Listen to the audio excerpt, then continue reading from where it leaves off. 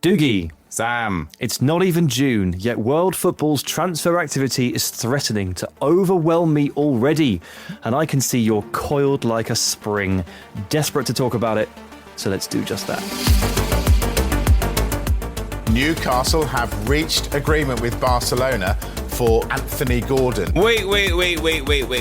What the hell is going on? Did I just see Anthony Gordon is a here we go to Barcelona? It seems like Ederson and Manchester United are getting closer and closer, and this one might actually be happening. Ederson to Man United, fine. But Ederson to be Casemiro's replacement, forget it. Barcelona are still dreaming of Julian Alvarez. Obviously, he's considered the perfect striker by Hansi Flick. Talk persisting around Morgan Rogers and his links to Arsenal.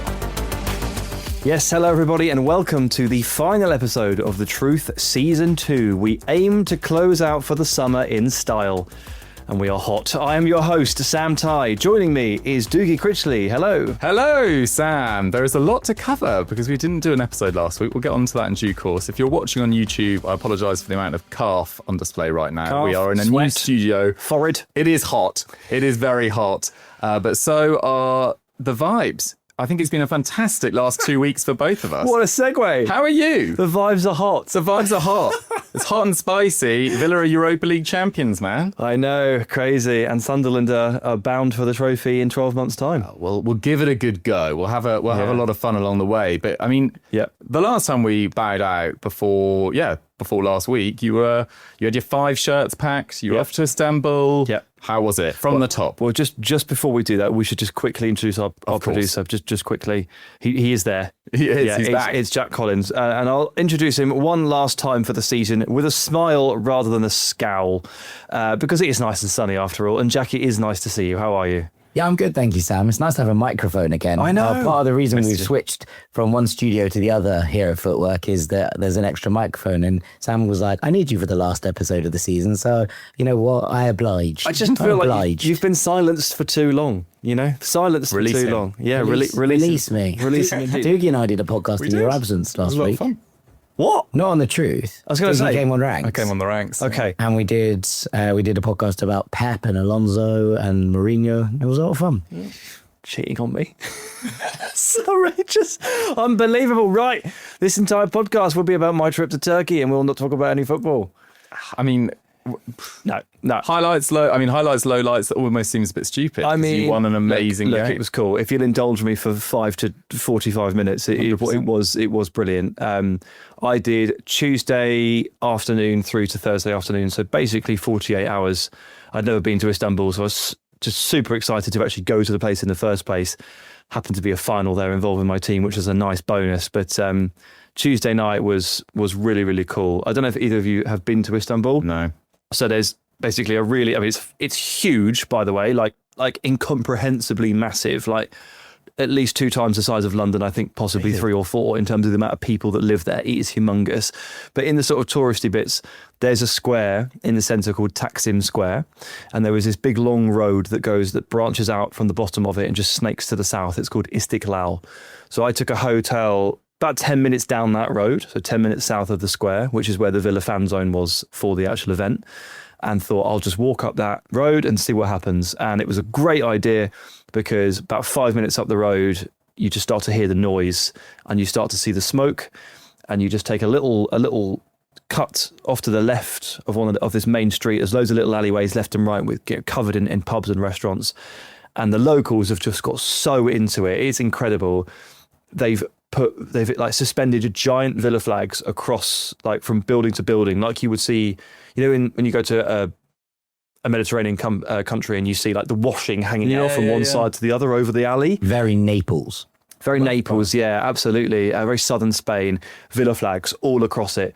All of the servers in all the bars have bought Villa shirts and they've downloaded all the Villa songs and they're just blasting them out of the speakers. How welcome did the Freiburg fans feel? So they're in a completely different section of Istanbul, and I can only assume that the people over there also embraced that because obviously they're after custom at the end of the day. But our section was that, and yeah, I mean, they downloaded all the songs, which was hilarious, to be honest with you. And they were just plucking like tables and chairs from thin air, just trying to seat more and more people as we were sat down. And then people would walk through the middle of the alley. They were selling us flares to light. There were people that had, like locals that had bought cases of beer at supermarkets, dumped them in a bin bag full of ice, and was wading through the crowds through the middle of these streets, in between all these bars, and just selling us cans of beer for like, you know, £3 or whatever, which to them is like, they were marking it up, but if you live in London, that isn't that much money. It was fine.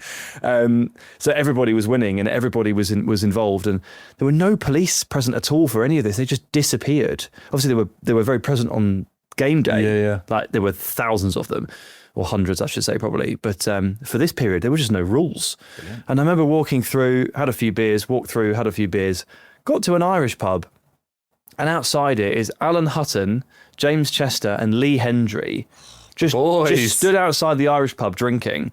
As soon as the Villa fans spot them, they're on the shoulders. And then the pub starts playing the Proclaimers, 500 Miles, which is Alan Hutton's song with the Villa fans. So then Alan Hutton is on James Chester's shoulders singing his own song. It's carnage, mate. It's carnage. And it goes on to like 6, 7 in the morning. Then everyone goes to bed. Did you stay up till 6 in the morning? I stay up till 4. Fair enough. I can't do 6 anymore. It's still a good effort. But I wanted to get up in the morning and do a little bit of touristy stuff. You know, go to like the Blue Mosque and the Hagia Sophia and things like that. Then there was this biblical storm, right? Like it was horrific, to the point where like the roads got shut, the transport got cancelled, and the canopies on all the outdoor bars and cafes, they just started collapsing under the weight of the water. The Villa flags got pretty wet. Like it was ridiculous. So I had to buy like one of those horrible little poncho things and scutter home. Had a 2-hour nap because the game's at 10 p.m. Yeah. Are you joking me? Like that's my bedtime.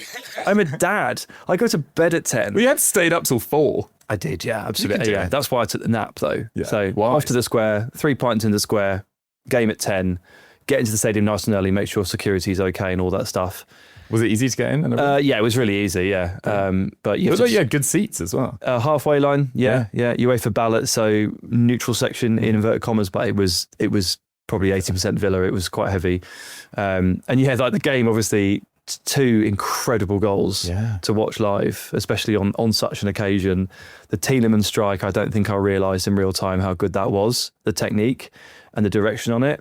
The Buendia one, I certainly did understand how good that was at the time. Were you directly behind it? No, they were both off to my left. Okay. So they were actually a little bit tricky to track. It's not like you were behind it and you could see the curve of the ball. Didn't know Buendia's had gone in until it hit the back of the net, because from that angle it could be 5 yards wide, it could be top corner, and you don't know. But obviously the strike, you could tell, was superb. So yeah, that was great. Like the entire half time, I've never seen anything like this. I've never seen an English club do this, let alone anybody else. The whole of the half time, because it was like the last kick of the half, 15 minutes of just singing Emi Buendia's song on loop. Really? On loop. And was the over second and half over again. just complete bliss? Yeah, I mean, it's a very rare achievement to be able to get to the point where after 55 minutes you've won the final. Yeah. And you can just actually enjoy the final for what it is, like taking the sights and the sounds. There's no nail-biting stuff. You're not worried about the result. And like then Villa start to play, you know, Pau Torres is just cutting through Freiburg's press, and you can just sit there and appreciate it rather than being like, I hope this leads to something. And you were able to appreciate what was probably Morgan Rogers' last game in a Villa shirt. You were able to appreciate how Villa were able to dismantle Freiburg's press and create opportunities. Like it was bizarre and amazing. But the celebrations for the second goal, again, I've never seen anything like this, and I was definitely part of this. So for those that listening and watching it don't understand or don't realise that there's 30 years since Villa won a trophy. So Villa probably should have won the Premier League when in the inaugural Premier League season, and were fighting with Man United and Norwich, and basically bottled it in the last 2 games and just messed it up. But in 1994 won the League Cup, and in 1996 won the League Cup. And if you'd have asked anybody in that era, how long do you think it will be until Villa win the next trophy? There's no way that it said 30 years. It was just ridiculous to think that it could be that long. It wasn't even that long ago that they won the European Cup, because that was in 1982, and the Super Cup in 1983. It has been very difficult and very barren. and generations of Villa fans have grown up watching just nothing, like closer to relegation. So what you get there is you get a lot of it's like catharsis. When the second goal goes in and everybody kind of goes, we're going to win this game.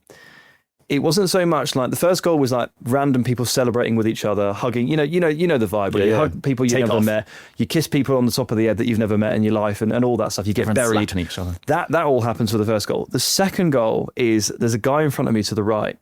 He is looking into the sky and he is screaming. Right, he's just like a sort of guttural, like animalistic, screaming into the sky. He's not looking at anybody. He's just looking directly upwards. And I'm pretty sure that's what I was doing 30 seconds before. It's this kind of it's like this release of like, we're going to do this. This is incredible.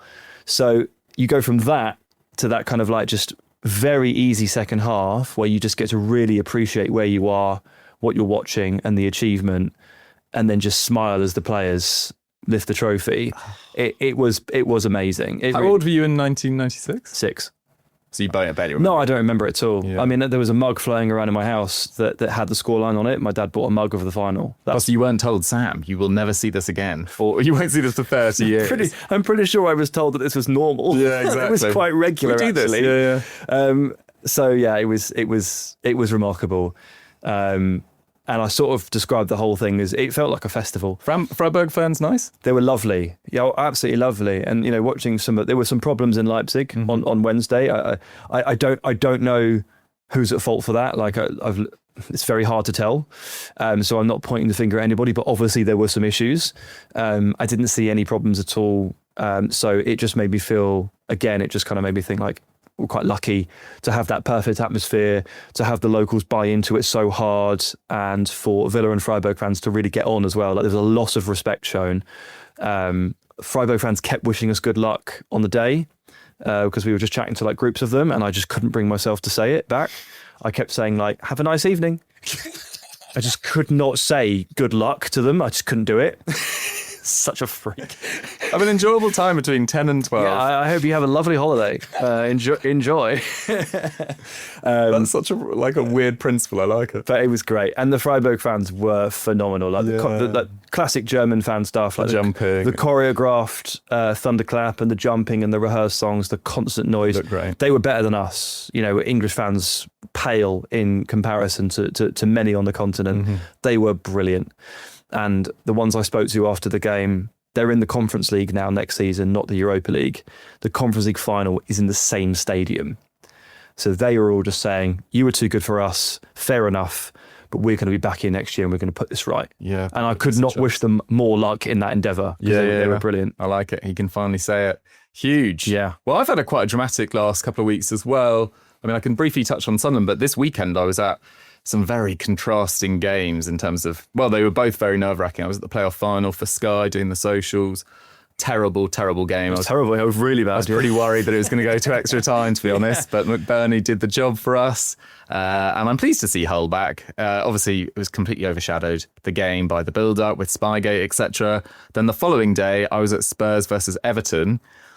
I mean, that was a weird experience. You could tell the fans were just ridiculously on edge, given the fact that one of them started abusing me, given that I was just like a cameraman. Okay. It was all a bit unnecessary, really. But yeah, Spurs got over the line. Everton, I thought, were really poor. They were never scoring in a million years. Yeah, very, very poor. Like, it just was never going to happen. And quite a funny sort of ironic party atmosphere afterwards, which I quite enjoyed. But annoyingly, I wasn't watching Sunderland beating Chelsea for the second time this season and securing Europa League football for ourselves. What a result. Wow. Just mental. You sleepwalked into that, by the way. You've insisted the whole time in the last 2 months that you're playing for nothing and you're not asked. At one stage it felt like that, but then we kept on picking out the odd result. We took points off United, and then obviously this Chelsea game was coming up. We had a really good comeback win against Everton. We lost to you narrowly. It felt like all our results were, as they have been all season, except for the Forest game where we got absolutely battered and the Port Vale embarrassment. We've kind of been in every game right to the very end and picking up points consistently.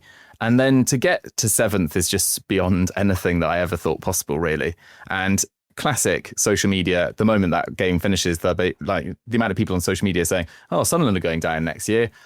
Let us have our moment, man. Let us have our moment. And I think if we recruit as well as we did last summer, I personally don't imagine us going down. I think we'll maybe drop down the league considerably, but I don't think we'll go down. But either way, it's not really about that. Let's just soak up the moment and enjoy it, because as you've told me throughout this season, it can be your best memories as a fan. And Jack will say that about the Europa League in the past with Fulham too. Yeah, that feels a long time ago. I was watching Rayo fans yesterday, absolutely sobbing and thinking, yeah, I get it, because you might never be back, not in a European final, in a major final. They showed a lot of sobbing from the Rayo fans. I felt really uncomfortable by the end. I felt very similar, when we lost in 2010, that we might never be back on that stage. And look, that's true. Look, only one team did the double over Sunderland this year. Can you name it? That is true. The mighty Cottagers.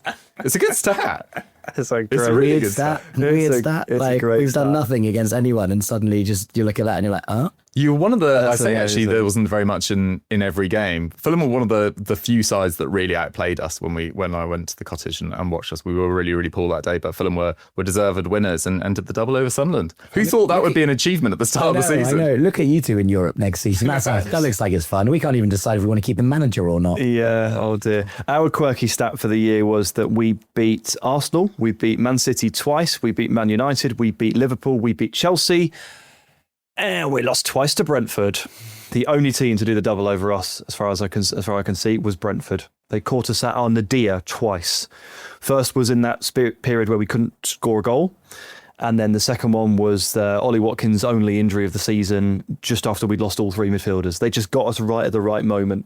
Did you play them in the cup as well? We lost to them in the cup. Yeah, three wins. The key injuries over in we lost them season. We lost in the Carabao third round, I guess it was, on penalties. They were a funky team. They were a really funky team this year, Brentford. They were weird. And that was we scored our first goal of the season in that game. Who scored it? Harvey Elliott. Harvey Elliott. Gosh. Good Lord. Oh. I do feel pretty sorry for Harvey Elliott. Anyway, we're going to get distracted. It's such a weird season. What a weird year he's had. Yeah, unbelievable. Right, let's move on. That was quite a lot of Istanbul, a fair bit of Sunderland, and too much Fulham. Let's be honest, it's too much for Harvey Elliott. But let's Let's move to the topic, which is big transfer rumours. So to let the listeners in behind the curtain here, I had a pretty much convinced Dougie to do a sort of lay of the land post-Pep podcast, and he had reluctantly agreed. And then on Wednesday night, as all of these rumours were rolling in, I had to go to Dougie, cap in hand, and say, I think you might have been right, buddy. We've got enough to talk about here, and I think we have to do it. So, we've got what? We've got Anthony Gordon to Barcelona. We've got potential fallout for Marcus Rashford. We'll tack on Julian Alvarez there as well. Mm-hmm. We need to talk about Ederson moving to Manchester United potentially. And I guess we can talk about Morgan Rogers potentially going somewhere too. That's quite the menu, isn't it? It really is. And I think I can't really remember, because obviously the 2022 World Cup was in mid-season, so there was no transfers before it. But I can't really remember the build-up to 2018. I always, in my head, have it, most transfers are done after the World Cup. But maybe this year, I have to look back in 2018, how many were done. Your general vibe here is right, because before the 2014 World Cup, Fabregas moved to Chelsea. Yeah. And it was like, whoa, what is that deal doing? Yeah. Like, it was a proper polar bear in Arlington, Texas moment where you're like, what is a deal like Shouldn't that it be thinking about the World Cup? Like happening before that didn't make sense. So I don't think it's changed significantly since then. So I think your instinct here is correct. What's obviously affecting things here is, I think from Newcastle's perspective, is PSR. Mm-hmm. From Aston Villa's perspective is PSR. It's forcing things to happen earlier than they probably should. 100%. And financial rules in La Liga, Barcelona getting back to within 1-to-1, which effectively means that they can spend anything that they make in player sales or outgoing player wages, they can now directly invest into their squad. And Robert Lewandowski, we talked about it on a podcast a couple of weeks ago, I should say, big earner. Yeah. And he's announced he's leaving, and it feels like Ronald Araujo might leave at some stage this summer. Marc Casado as well. Looks like he's probably going to leave at some stage. So Barcelona feel like, for the first time since, I was looking at it earlier, I think 2019, have some financial freedom. And they are using it up before June even starts. Oh, yeah. They are making some big boy moves. They want the whole world to know. We are recording this on Thursday, and Anthony Gordon is in his private jet. I think he's now passed his medical. £69.3 million move from Newcastle to Barcelona. Agreed. There is talk that Barcelona are preparing a first bid for Julian Alvarez. Apparently there are some reports, that They had offered Ferran Torres in about 60 million, I think it was. Atleti said no, thank you. They want the cash. Atleti's valuation's around 120. Barcelona's is obviously quite a bit lower, but it'll be interesting to see what happens there. But if they manage to land Julian Alvarez and Anthony Gordon, it's one hell of a start to a window from Barcelona's perspective. But I suppose let's touch on Anthony Gordon first, Sam. I mean, how do you reflect on his time at Newcastle? Because I think he really developed as a player there, but he's coming off quite a strange season of contrasting form in the league and Champions League. Yeah, absolutely. If you look at his league goal contributions tally, it's pretty underwhelming. And from a very, very distanced point of view, if you want to look at a transfer through the lens of goal contributions, which many do, it's not the whole formula, but it's part of it. He doesn't really fit the bill. But he did score 10 in the Champions League. He was pretty damn good in the Champions League. And Newcastle gave Barcelona quite the scare in their knockout game.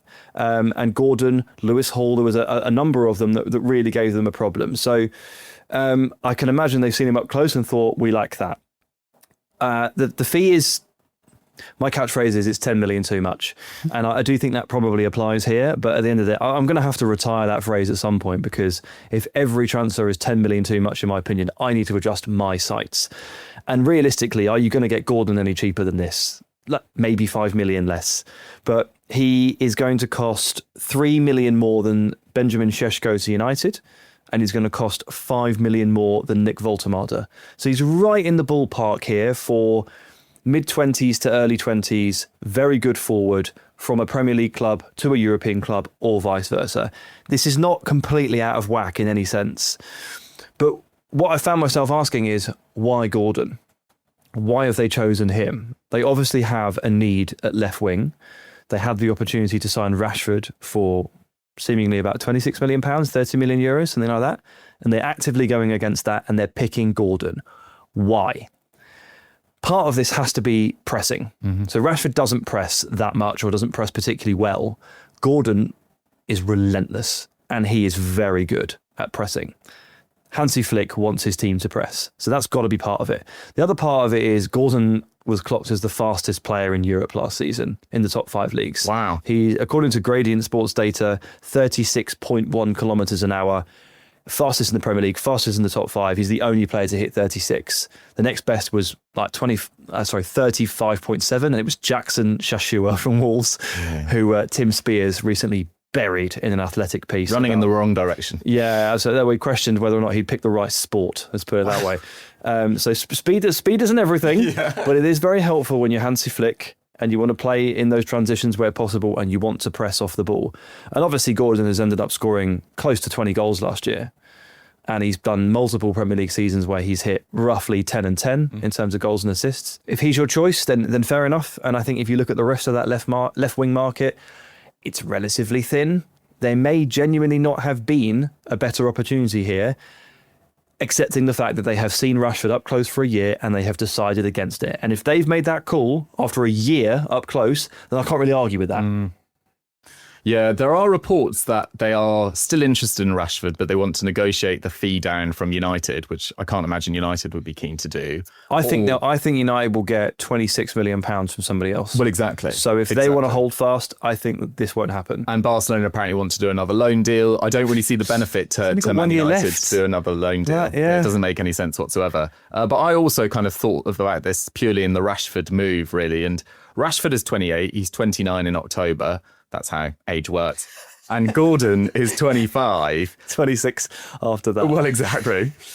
Supposedly, and wage reporting is always really loose, but Rashford's on around £300,000 per week. Gordon's on around £150,000 per week.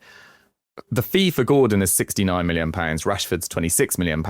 So say it's a 3-year deal, it might be a bit longer. It will be. Gordon would cost £23.4 million in wages. Rashford 46.8. So the total cost of a 3-year deal and fee, Gordon comes to 92.4 and Rashford 72.8. Is that based on a Gordon 3-year contract? 3-year contract. Because it won't be 3 years. Exactly. It just won't. But also at that stage, Gordon will be the same age as Rashford is now and have a sell-on value, whereas Rashford would be 31, approaching 32, and be kind of done at the top level. Absolutely. I appreciate that there's more that goes into it than transfer fees. The total cost of deals has to be considered. However, based on a Gordon, it's likely a 5-year deal. If you spend that much money on a player, they want a 5-year deal.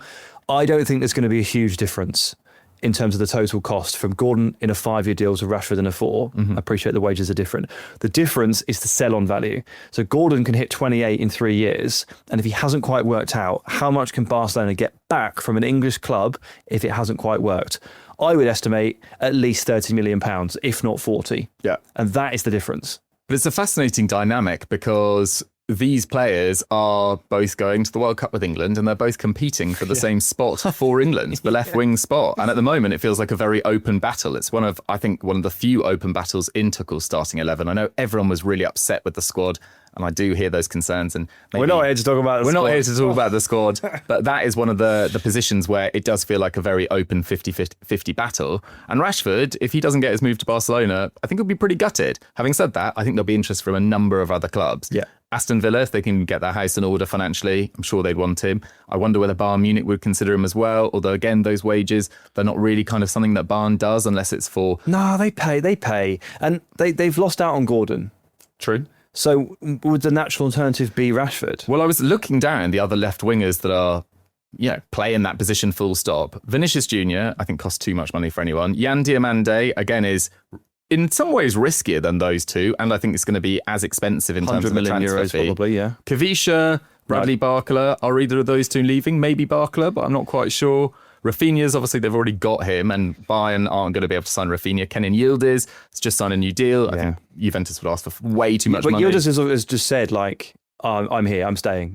He said, money doesn't mean anything to me, I want to stay here. And then you're going down like Nico Williams, coming off a poor season, has that monster length contract at Athletic Club. Rafa Leao, very inconsistent. Attitude concerns, let's say. Then you're looking into the sort of category below, which is like Saïd El Mala, who looks really promising. Bazumana Touré looks really promising. Alberto Malero looks really promising. You look again, promising. Yeah. They're not Rashford or Gordon or players of this caliber. So it's an intriguing start to the window. I suppose what's also tied into this, Sam, is that Barcelona and the reports we're seeing are preparing this monster bid, supposedly for Julian Alvarez as well. Yeah. Again, for me, I feel much more confident about this one than the Gordon one, just because he's a bona fide starter and I think a kind of ceiling raiser than a Lewandowski or Ferran Torres, particularly on the back of their seasons where they're a little bit inconsistent. Lewandowski having a few injury issues. We'll wait to find out the fee, but Alvarez to Barca, wow. Yeah, I've got to say, I'm pretty, this may prove to be wrong, I'm unconvinced that they can get this done. I just think it will cost so much money. Yeah. And even the fact that they've gone in at 100 million euros, I'm still like, and where's the rest? Mm-hmm. And Atletico Madrid have every right to say, and where's the rest? Because he's brilliant. He's absolutely phenomenal. And Barca and Atleti don't get on that well. Like, they haven't had particularly friendly transfer dealings in the last sort of 5 to 10 years. They haven't sold players to each other easily. They've got an added complication of the Atletico sporting director Mateo Alemany used to work for Barcelona, and there have been some comments from Barcelona, from Laporta, that have not been particularly positive about Alemany, or more accurately, Deco's way better. That's not how you get deals done, my friend. So I do have my doubts here. I think this is going to cost 150 million euros. I think if Barca get him, that's how much it will close to it. And that's just so much money if you've already spent, what would it be? 80 million euros for Gordon, 70 million pounds. I mean, it's just an absurd amount of money. So I'm a big doubter here. I'm happy to be proved wrong because I don't know anything, but it just, I know they've just come into the 1-to-1 and they can spend money, but come on, this is an insane amount of money, and they still need to buy a left centre back. They still want Bastoni, and they still might need to stump up 40-50 million euros for him. Still technically alive for the Rashford situation. How many players can you buy? So but if they did get him, he's brilliant. Like, he's a complete centre forward. He's, I think, showed in the Champions League latter stages he's quicker than people think, but he can play 8, 10, wing, striker. He's a complete footballer, set piece wizard, insanely creative, brilliant goal scorer. why wouldn't you do this? Of course, I can understand why they're in the market for him, and I don't think he could possibly flop. I have no concerns or questions here. I guess my only question is, can you afford it, even if you do have money? Well, that's it. I mean, I feel like an absolute fool because a couple of weeks ago, on my YouTube channel, I did 5 signings to win Barcelona the Champions League, and I was giving them £100 million budget to get 5 players. And I suggested Marcos Senesi and Bernardo Silva on freeze, and then Rashford, signing him permanently, and I think Oyarzabal was my striker. And now they're shopping in a different bracket. But let's see whether it materialises. Just on Rashford quickly, if PSG or Bayern Munich were legitimately interested in him, and that's a case of reacting to the Gordon loss for Bayern or potentially reacting to a Barcola loss for PSG, Rashford should be in that window. If either of those two teams, or if both of those two teams rule themselves out of that and decide against Rashford, from an unbiased point of view, because mine is not unbiased, do you think Villa are front of the queue there? What if they decide against Rashford? So? If PSG and Bayern say no to Rashford and Rashford needs and Barcelona doesn't work out either, who's next in line? And this assumes that Villa have made a sale and can do it, because I think that's what's coming. Well, that's the big talking point, which we'll come on to in due course. But the only other club that I could think of that have been talking about getting their house in order and signing a lot more Premier League proven talent and looking for more leadership is Chelsea, who do probably need a left-sided upgrade. Sorry, when you just think you try and picture a player in a shirt, can you picture Rashford in a Chelsea shirt? It feels quite weird, doesn't it? That is bizarre. Yeah. But I mean, aside from that, I'm looking around Europe. I don't think anyone in Italy could probably afford him, or whether he'd want to go there necessarily, especially if Kivu's going to stick with his current system. Inter probably feel like the most attractive option. It doesn't Napoli have just hired Allegri. Do you want to go there? Like Juve they're out of the Champions League. Milan are out of the Champions League. So I'm kind of thinking Premier League options, and Villa, Chelsea feel like they would also be in the hunt, because they are supposedly in the hunt for Morgan Rogers as well. So, but aside from that, what about Tottenham? I mean, they it's have still a wingers. big gamble. They're all injured. Yeah, but it's still a big gamble, having finished 17th in back-to-back seasons, to go from Barcelona to Spurs at the moment. It's a big gamble on Roberto De Zerbi. It is, and I do find myself questioning Andy Robertson's decision-making at a certain point here. I'm really not sure where he's going with that particular move. He wanted it in January when they were a dumpster fire, and he still wants it now that they are on the up, 100%, and they could have a great season, but it's a lot of faith, I agree. Yeah. So I think Unai Emery is obsessed with Rashford. I know that for a fact. He loves him. The coaching staff adore him. They would have him back in a heartbeat if the finances could work. And we are staring down the barrel of a massive sale for Villa, I think, before June 30 for PSR reasons, which is probably Morgan Rogers, which would effectively unlock, along with the Champions League revenue coming in next season, would possibly unlock a transfer like Marcus Rashford at £25 million, and a compromise from the player on the wages. You're still going to have to pay him a lot, but if you get him down to 200k a week, I really do think that is a financial package that this team would, and particularly Emery, would go, okay, let's do it.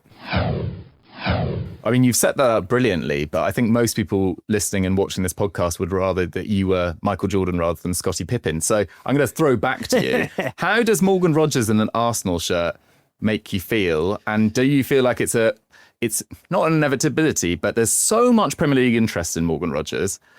Do you just think it's a matter of time? I think he's going because, and I made peace with this a couple of months ago. I think he's going because financially he has to. I'm not a financial expert, but I read everything that the financial experts say, and they all say the same thing, which is there is a £70 million hole in Villa's finances, and it's because of the final day at Old Trafford last season when Villa did not qualify for the Champions League. Now, I've made my peace with Thomas Bramall, the referee on the day, making that horrendous mistake, because if that hadn't happened, I wouldn't be sat here saying that I've been to Istanbul to watch my team lift a trophy for the first time in 30 years. I've made my peace with that. And the sacrifice is Morgan Rogers. I think everybody is just like, I think it's going to have to happen.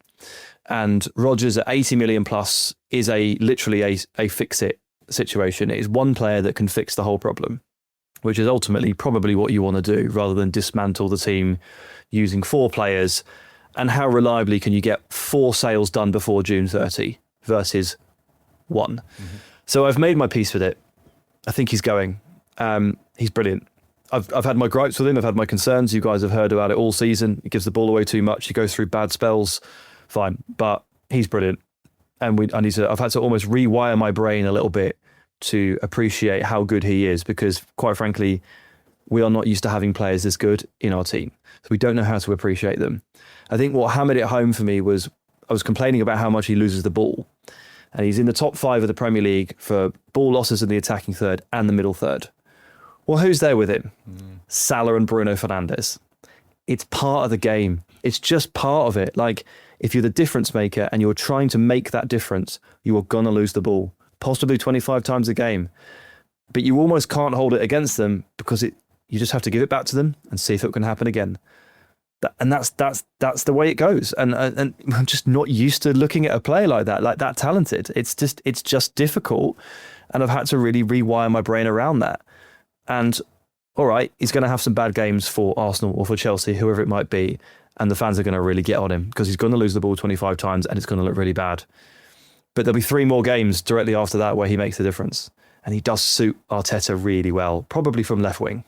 I was going to be my next question. Where does he play? Because I've had this long-standing thing about Morgan Rogers being a 9. Right. Yeah. I've always kind of felt that he will end up playing as a number 9 because of what he brings in terms of the bustle. And I did wonder, if he goes to Arsenal, is it going to be sort of split minutes between left wing and 9 rather than playing in that midfield where Arteta wants a bit more control?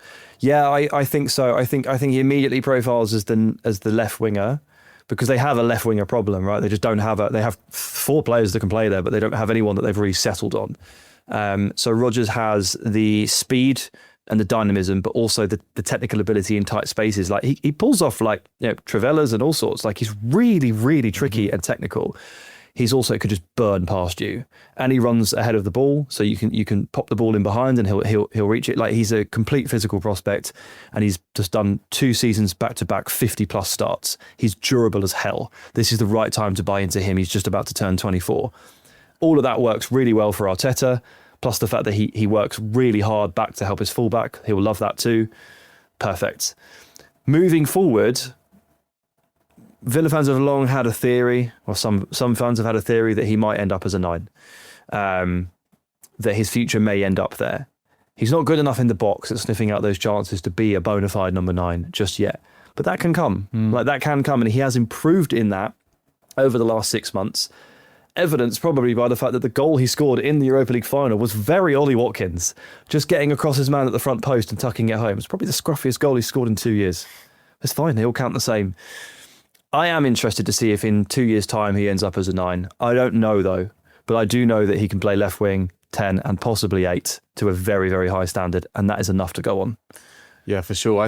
I mean, with the way that the Premier League is gone in the last year or so, game changers and winning moments are becoming even more crucial. And for Morgan Rogers to have quite an up and down season, I still think he's been general levels very, very good, but it's been absolutely brilliant at times and quite poor at others. To finish with 13 goals and 11 assists in 52 League and Europa League games, that is just output that you're not getting from Gabriel Martinelli at the moment. And Martinelli's had a decent enough year in the Champions League, but he's only scored 9 goals in his last 63 league games.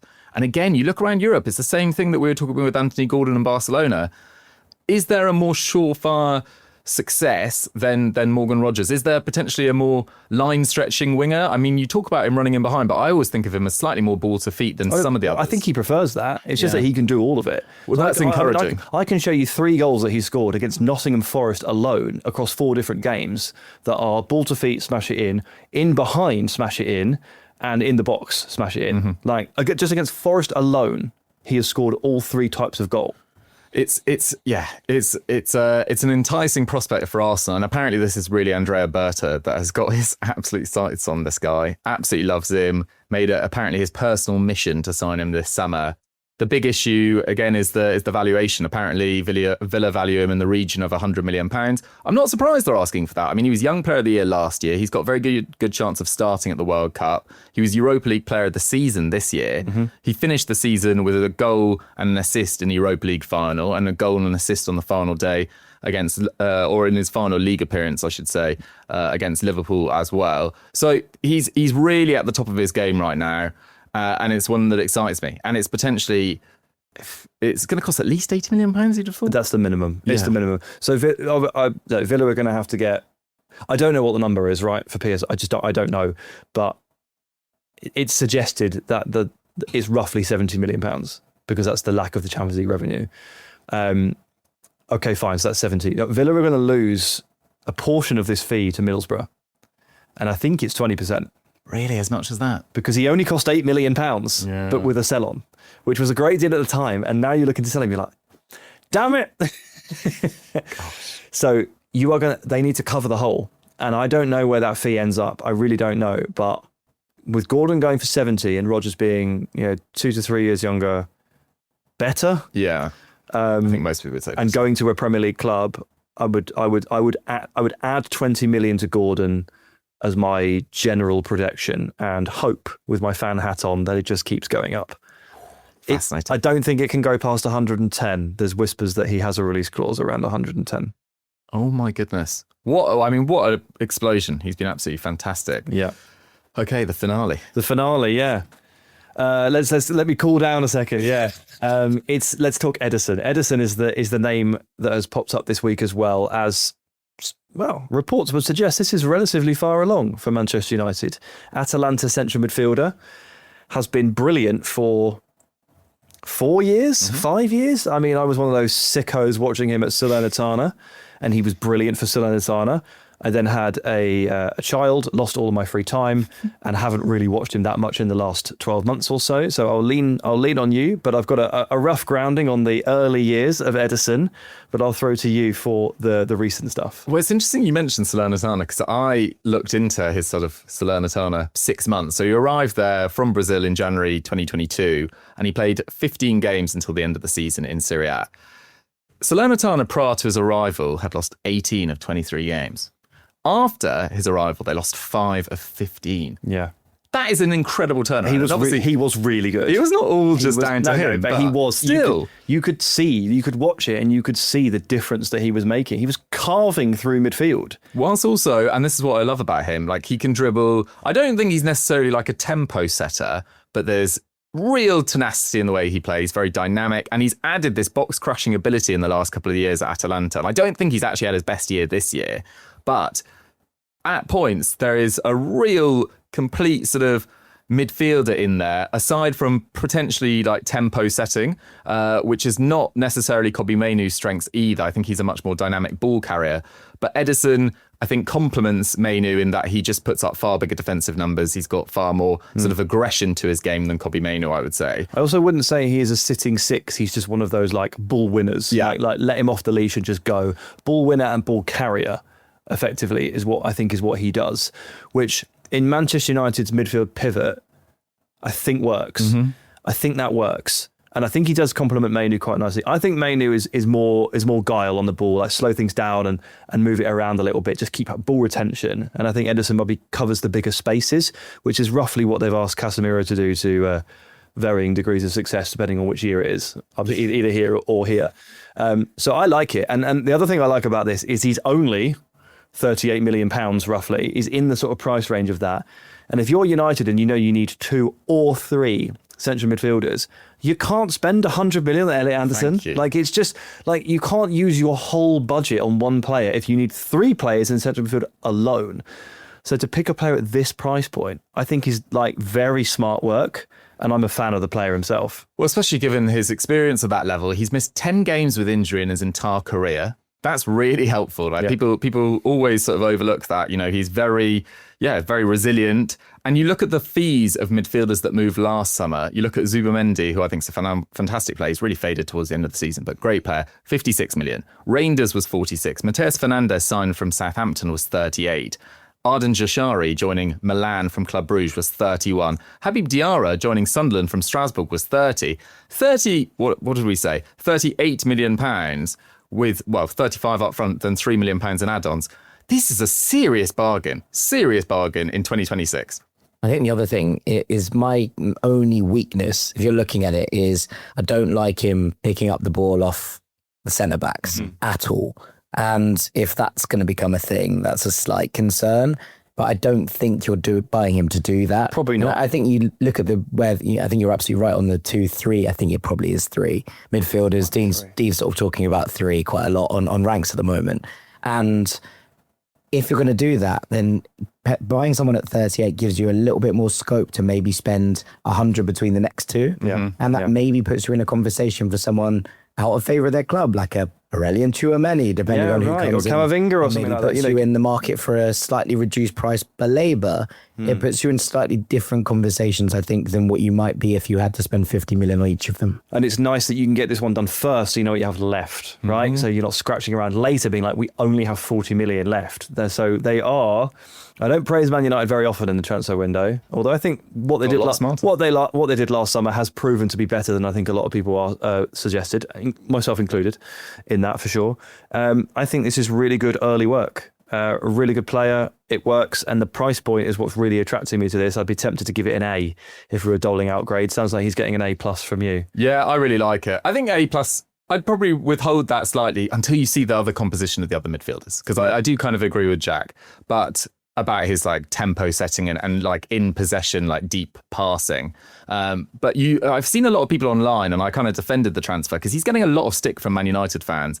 You know, Twitter is Twitter. We all know what Twitter's like. But a lot of people were saying, oh, it's the second coming of Agate. He's very different from Agate. Agate was a pure tackle monster at Sporting. Ederson, like, watch some of the quality of his goals. I remember when he scored against Barcelona in the Champions League. It might have been the year before last. It's seriously high quality work. And yeah, I think he's an immediate upgrade on their current midfield options, just light years above Agate and you know, a much bigger future than someone like Casemiro as well. And I think personally quite unlucky to miss out on the Brazil squad as well. Yeah. Okay, final question for you then. Speaking of Casemiro, how do you see him fitting it into Miami? I know you're a big fan, watching lots of MLS. MLS is just not, it's just not totally for me. No, that question's for Jack. It's for Jack. Yeah, I mean, he'll obviously just be fine. There's not much to debate here. Well, it's hang on a bit all over the place at the moment. Hang on, what my actual question to you, I guess, and it's a sicko's question, is I'm actually a very big fan of Yannick Bright. I think he's really good. Yeah. And obviously Rodrigo de Paul sits in that midfield. So is everyone going to be okay here? Is that the three, or is that unbalanced? Like, I think that there's probably a bit more room for rotation and kind of trying to adapt this team a little bit, because it doesn't feel like everything's clicky in the way that it should be at the moment. So adding a piece like Casemiro, who's been so complimentary and who will be able to maybe fill a bit of the hole that Sergio Busquets left behind. And I think that does feel like a big hole at the moment. And I know they're very different players in terms of tempo setting and all of those elements of the game. But even just a little bit of leadership in that midfield, you know, Rodrigo de Paul is wonderful, but, you know, he also has one eye constantly on checking to see if anyone's kicking Leo Messi. So he can't be expected to lead the midfield in the same kind of way. So, yeah, I think it's probably going to be fine. They don't keep things tight into Miami. They just won 6-4. And they quite frequently win by conceding 2 goals, and they just score more. They had a crazy game against Orlando City. He should shut down some of the gaps. Like hopefully he'll score 5 headers from set pieces and shut some of those gaps, and they'll look a bit more like a functional football team. We will see. It is interesting looking at, sorry to bring it back to Man United, because that was a nice trip to stateside. But, you know, the Athletic reported about their transfer targets in midfield, and it's like Mateus Fernandes, Alex Scott, Baleba, Ederson, and I just thought those are kind of the guys that I would go for as well. Whereas for years it felt like Man United were kind of scrambling around a phone book, being like, we'll drop 60, 70, 80 million pounds on that guy. Yeah, absolutely. It's a lot of it is quite local. That Ederson is the odd one out in that respect, but everything else is very known quantity, which is just reflective of the general transfer strategies, I think, from the wider league over the last 18 months. I mean, I've mentioned it countless times on ESPN and done several pieces on it. 9 players transferred for £50 million or more between Premier League clubs last season. Semenyo made it 9 in January. It was 8, I think, in the summer. If you drop, that was a random figure that I picked for 50 because it's a big number. But if you dropped it down even 5 million, you're getting Madueke, you're getting loads more adding into that. So many clubs now are just going with, well, he plays well in the Premier League, I'm going to go with that guy and cut out the middleman. They're letting Bournemouth do the scouting for you, and they're just picking them off for double the price. Take out the risk. That's just the way it goes. And the early indications are, I think, that will continue. I think Gordon, while not quite the same, is going to set the tone in terms of price. I think Rodgers is going to beat that price, but set the tone for the Premier League to Premier League transfer. And then we'll see what happens next, because Villa will suddenly have money to spend. I think they'll probably try and sign Rashford. I think if they fail, I think they'll probably try and sign Jared Bowen. He won't cost, what would he cost? Even though he's nearly 30, £40 million probably, like a lot. 35 maybe. Yeah, like he won't be cheap. I just think it will happen all over again. And also another club who will have a lot of money who haven't waited to the end of the window to sell their best players is Newcastle, and will have to respond because they've had, I'm not just digging them out, a terrible season by their standards, and messed up their transfer window effectively last summer by waiting too long. So different strategies. Yeah, get the player gone, and they've got a new three-headed monster in charge of it all. So let's see if the fifth front office that they've appointed in the last 4 years is any good. You never know. This one might be the one. Right, that's it. I think now officially you can consider the 2025-26 European season finished. It doesn't matter that we haven't yet seen the Champions League. It is now finished because we have finished our season on The Truth. I really enjoyed it. Thank you all so much for listening. Thanks massively to Jack. Thanks to Sam as well. If you've been watching this as well, thanks to all the people that have subscribed. Thanks to your enjoyment of The Truth as well. Just gone past 20,000 subscribers, so thank you so much. And absolutely loved the second season of The Truth. Thank you so much. Fantastic. Dougie, thank you for your company. Thank you, Sam. I wish you a wonderful summer of talking about transfers every single day, which I know is your happy place. I do like it, yeah. It's all you It's want worth to the do. abuse. I don't know if you watch any football. You just talk about transfers. And Jack, thank you for hosting us for another campaign. Thank you for producing us. Thank you for helping us. It's been a pleasure, and have a great summer staying up all night to watch Curacao and Ghana. I know that's your happy place. That is my happy place. Thank you both, boys. it's been a delight. And whilst The Truth is going to go into retirement for the summer, I hope to have you both at some point on ranks during the World Cup. Oh, maybe. I mean, I'm not planning on watching the World Cup because most of the games finish or kick off actually beyond my bedtime. No. I meant kind of pre-World Cup. And you help me with the previews, and then I'll let you be after that. Well, again, I'm not planning on watching it because it happens after 10 p.m. No, I'm sure I can help. Happily have me. No problem. Right. And just to echo Dougie's thoughts, thanks to everybody who's listened along this year, and thanks to everybody who's watched as well. Thanks for those who have commented. Thanks for those that have praised us, raged at us. To be honest, it's the same thing. It's no different at all. It's been great to have you with us. Over and out.